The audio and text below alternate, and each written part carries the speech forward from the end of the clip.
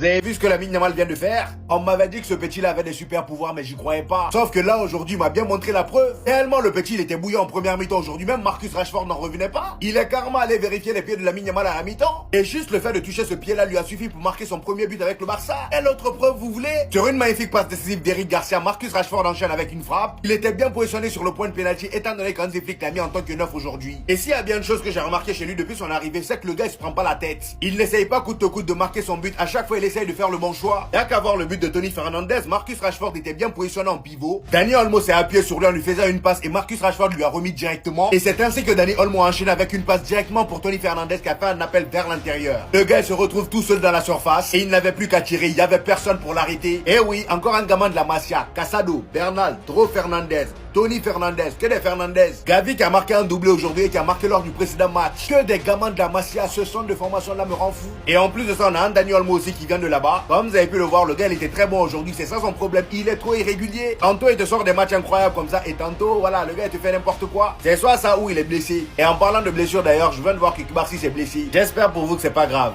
Gavi n'est pas là pour rigoler cette année, on vous a dit. Deuxième match consécutif où il est décisif. Le dernier match, il était remplaçant. Aujourd'hui, il est titulaire. Même si, bon, le fait d'être titulaire aujourd'hui ne veut strictement rien dire. Parce que oui, du moment où t'as une charnière centrale, Gérard Martin à Rorosek, t'as mal dormi la nuit. Aujourd'hui, aux côtés de Deschamps, au lieu de Pedri, ils ont mis Gavi. Et après un début de match compliqué pour le FC Barcelone qui faisait face à une équipe de Daigo qui était bien en place. Et d'ailleurs, le but de Gavi vient de délivrer le FC Barcelone après un gros raté de Daigo. Lamine Yamal récupère le ballon sur le côté, passement de jambes. Le gars, il s'amuse aujourd'hui. Il est en train de réactiver petit à petit ses compétences qu'il avait la saison dernière. Que ça soit ses centres antérieurs pour Rafinha, ses dribbles, parce que là aujourd'hui il y a personne qui l'arrête. À chaque fois qu'il a le ballon, tu vois que les défenseurs galèrent à récupérer. Là le gars il récupère le ballon, passement de jambes, il fait une passe à Gavi qui se retrouve devant la surface. Et là Gavi récupère le ballon, il part sur son pied gauche et là il frappe en croisé. But. Ça c'était que le premier but. On l'a qualifié ici pendant longtemps comme étant un catcheur. Et bah cette saison le gars il a décidé de nous montrer qu'il savait être technique. Regardez son deuxième but s'il vous plaît. Sur une magnifique passe décisive de Jules Koundé, Gavi te lâche un magnifique appel dans la surface. Il se retrouve devant le gardien. Et si c'était un joueur lambda ou un catcheur comme on aime l'appeler, le gars il aurait tiré à côté. Non, non, non, non. Gavi lui il a lobé. Oui, oui, il a lobé.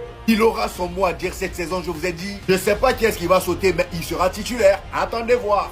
Alors ça, faut qu'on en parle. Hier, on a appris par le Media Mundo Deportivo que cette composition du Barça que vous voyez là sera la composition d'Hansi Flick cette saison. Et comme vous pouvez le constater, le titulaire en pointe, c'est Ferran Torres et non Robert Lewandowski. Sauf que moi, quand je regarde ce genre de match-là, j'ai du mal à me dire que ce gars-là va se laisser faire. Dans cette tournée asiatique-là, c'est 10 sur 10 pour Robert Lewandowski. Il a simplifié son jeu. Tout ce qu'on lui reprochait la saison dernière dans son jeu, il a tout changé. Peut-être que dans sa tête, il sait que c'est probablement sa dernière saison au FC Barcelone et il veut partir par la grande porte. Donc de ce fait, le gars il a décidé d'être irréprochable. Vous vous rendez compte que là, ça fait 3 matchs d'affilée où le gars il est décisif. Premier match de la tournée asiatique, il est passeur. Deuxième match, il est buteur. Aujourd'hui encore, il est buteur. T'as qu'à voir son but est d'une simplicité. Le gars, il a juste à se déplacer de manière intelligente et c'est bon. Le but part d'une magnifique action de Rafinha qui se retrouvait au milieu parce que oui, aujourd'hui, Rafinha, il se comporte comme un 10. Il lâche une passe à Gérard Martin qui fait un appel sur le côté gauche. Gérard Martin qui est aussi très bon aujourd'hui, faut se le dire. Parce que oui, lorsqu'il est mauvais, on le dit, mais quand il est bon aussi, faut le dire. Dans cette position-là, il a directement vu Robert Lewandowski ici. Regardez-moi le centre, s'il vous plaît. Il enchaîne par un centre, malgré qu'il a 2 joueurs de Daigo devant lui. Et Robert Lewandowski avait juste à pousser le ballon à l'intérieur. But.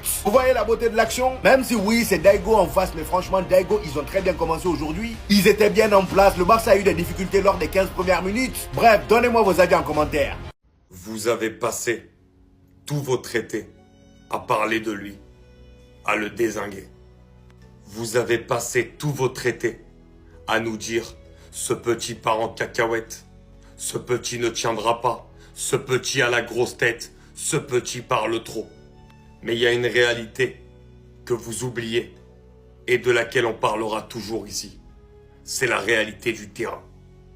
Et dans cette réalité-là, Lamine Yamal ne ment pas. Parce que tout ce que vous avez dit sur lui cet été n'aurait pas témoigné d'une pré-saison comme celle qu'il a sortie. Et les rageux vont encore dire « mais c'est qu'une pré-saison, qui compte des clubs japonais, etc. etc. » Mais quelqu'un qui a la grosse tête, qui ne prend pas au sérieux le football, ne prend pas au sérieux les matchs de pré-saison. Et lui, il les prend plus qu'au sérieux. Le dernier match, déjà, c'était une masterclass. Mais là, la première mi-temps qu'il a fait, c'était lui. Je suis désolé, c'était lui. Lamine Yamal nous a sorti une première mi-temps d'un joueur d'exception. Chacun contre un, ça passe. Des dribbles de fou. que ce soit dans les 30 ou 40 derniers mètres adverses ou également dans la surface adverse. Toujours une gestion exceptionnelle du dribble, de la tenue de balle dans les petits espaces. Les extérieurs, les passes qu'il est capable de faire. À un moment donné, il envoie Rafinha sur orbite qui rate un immanquable. Préparez-vous et continuez à parler de lui. Parce que vous inquiétez pas qu'il est dans sa bulle. Et que le football, il le maîtrise. Et que ce petit va encore enchanter le football l'année prochaine. Putain, intergénérationnel. Tout ce que Lamine Yamal propose est intergénérationnel. C'est le genre de joueur que, après Messi, tu te dis, mais la prochaine fois qu'on va voir ça, c'est dans 54 ans. Non, même pas. Un joueur qui nous fait nous lever de nos chaises à chaque fois qu'il touche le ballon. Tout ce que Lamine Yamal propose est dans le sens du jeu. Cette extérieur du pied pour le vent de ski, par exemple. Elle était tout ce qu'il y a de plus millimétré. On ne pouvait pas faire mieux. Ensuite, le centre pour Rafinha. En fait, il y a 3-0. Mais avec les passes de Lamine Yamal, il devait même y avoir 5-6-0, les gars. Tout ce que Lamine Yamal a proposé dans le jeu, dans cette mi-temps, était pour faire avancer l'équipe, alors que ça relevait de ses simples facultés individuelles. Par exemple, la vitesse des passements de jambes. En fait, je suis défenseur, je suis en face de Lamine Yamal. Je peux pas faire mieux que reculer, c'est impossible, t'as jamais vu ça.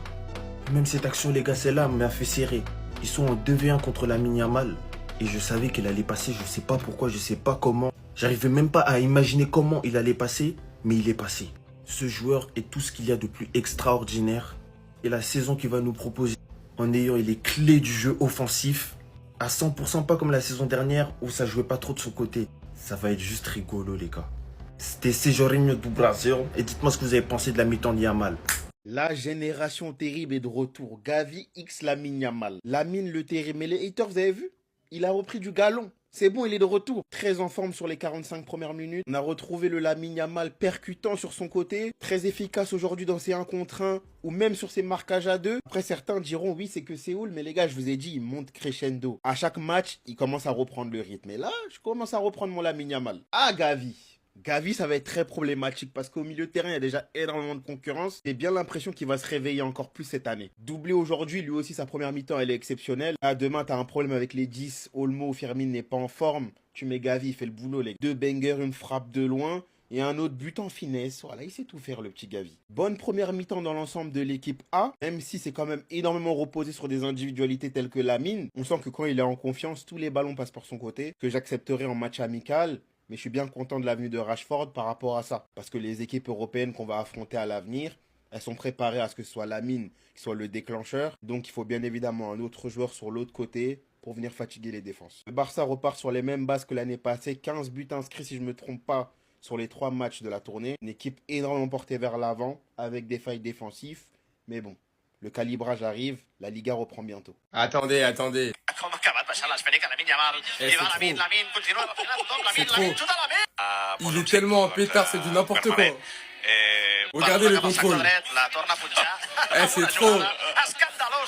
Les gars, je vous promets. C'est que la mi-temps, mais je suis obligé de parler. Je vous le dis, premier degré, je suis même pas un maxeur, mais le niveau que Lamine Yamal a atteint, genre l'évolution qu'il a pris encore une fois, la vérité, c'est effrayant. Tout à l'heure, j'étais sur Twitter et je suis tombé sur ce tweet. Hustle hard, Sheila, merci pour tout. Et pour les personnes qui vont se demander c'est qui, c'est tout simplement les parents de Lamine Yamal. Premier degré, merci pour tout. Lamine Yamal, il vient à peine d'avoir 18 ans. C'est déjà le meilleur joueur du monde et y a pas débat. Et on a la chance de l'avoir au Barça. Après son premier match de pré-saison, il y a des personnes qui nous ont dit qu'il était finito, que apparemment le numéro 10, il était trop lourd, je sais pas quoi. À la suite de ça, lors du deuxième match, Lamine Yamal a fermé des bouches en étant buteur. Et aujourd'hui, encore une fois, il continue de nous régaler. Le niveau qu'il a affiché, c'est du grand n'importe quoi. Et encore une fois, comme je l'ai dit après le dernier match, toutes les personnes qui ont de la hate envers Lamine Yamal, j'ai un conseil pour vous, lâchez ça. Bref, en tout cas, n'hésitez pas à me donner vos avis dans les commentaires, histoire de savoir ce que vous en pensez, et moi je lirai tout ça.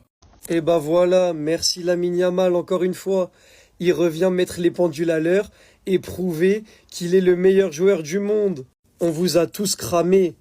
Vous essayez de faire chuter Lamine sur le plan extra-sportif parce que vous pouvez pas le faire sur ses performances sur le terrain. Parce que quand il est sur le terrain, il met tout le monde d'accord. Quand il est sur le terrain, c'est un joueur que tout le monde aime. Sur 15 ballons touchés de Lamine Yamal, c'est 14 fois où tu te lèves de ton canapé. Lamine Yamal est irréprochable sur le terrain, son jeu fait tomber amoureux n'importe quel amoureux du football.